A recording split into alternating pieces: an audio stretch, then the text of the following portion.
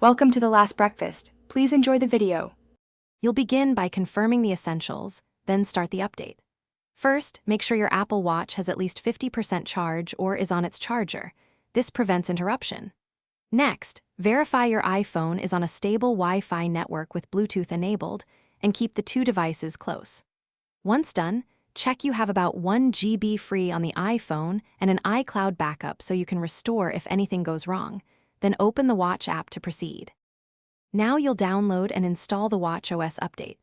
Open the Watch app, go to General, then Software Update, tap Download and Install when it appears.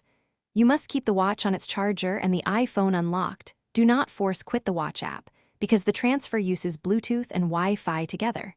Once the download finishes, the iPhone will send the update to the watch. Monitor the progress bars. This step can take 15 to 45 minutes, so be patient while files transfer and the watch prepares to reboot. Finish by letting the watch complete installation and reboot. You'll see progress on the watch face and then the home screen when done. Make sure you never remove the charger mid-install, because that can corrupt the update.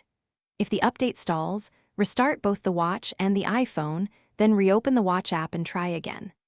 If problems persist, clear storage on the watch, update your iPhone to the latest iOS, and as a last resort contact Apple support. This sequence fixes most issues quickly. Thanks for watching. If this was helpful, leave a like and consider subscribing. See you next time.